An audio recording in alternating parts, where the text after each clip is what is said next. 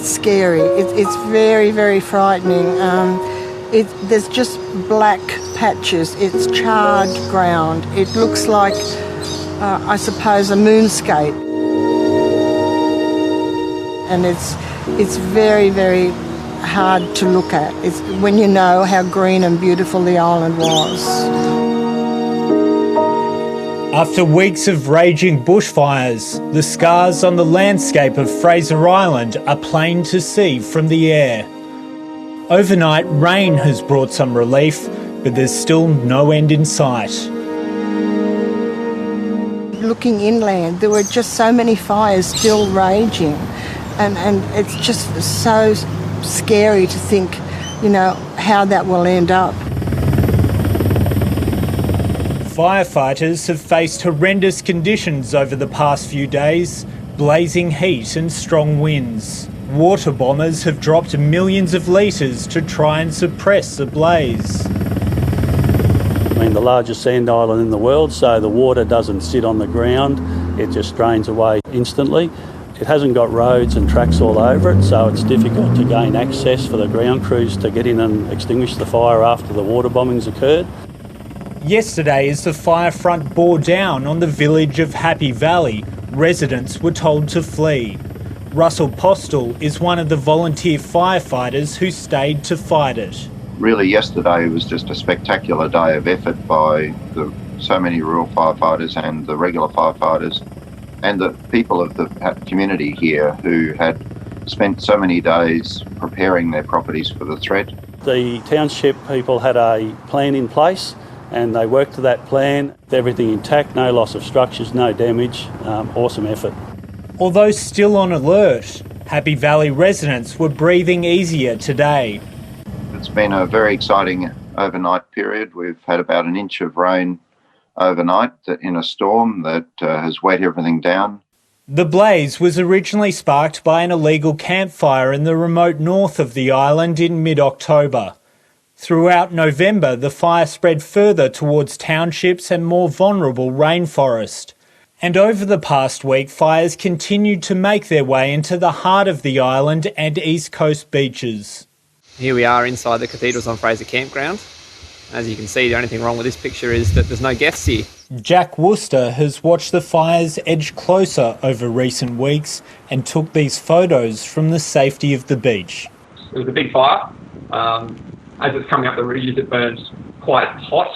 You can see maybe 20-metre flame heights as it crested. Like many Fraser Island residents, Jack is asking why authorities took so long to launch a full-scale firefighting effort and welcomes the recently announced review. Looking back, it's difficult to see how the decisions were made at the time.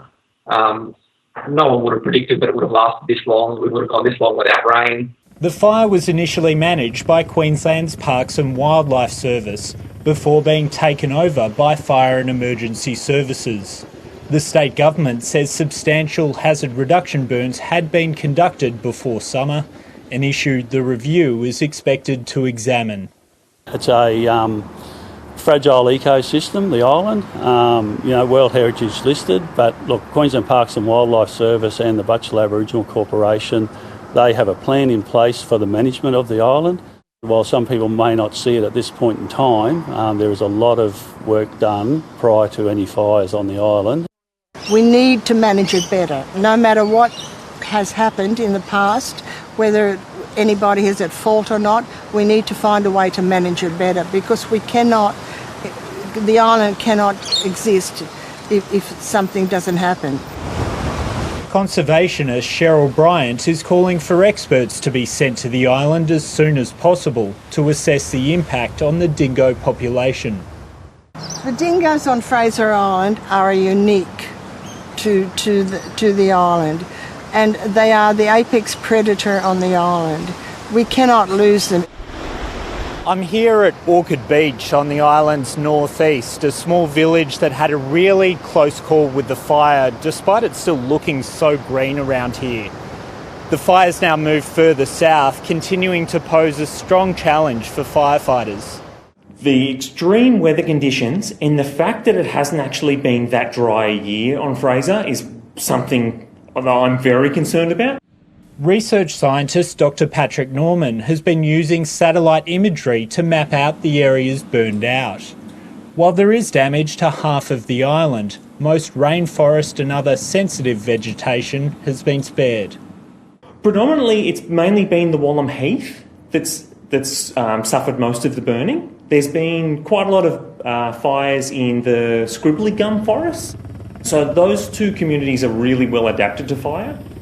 Fires continue to burn on the island, and authorities are warning the threat isn't over, despite more rain being forecast in coming days. Far from over, so a lot of work still to be done, lots of places to protect on the island. And look, it's not just about the structures on the island, it's the cultural significance, and every square metre of that island has some importance to the Australian people.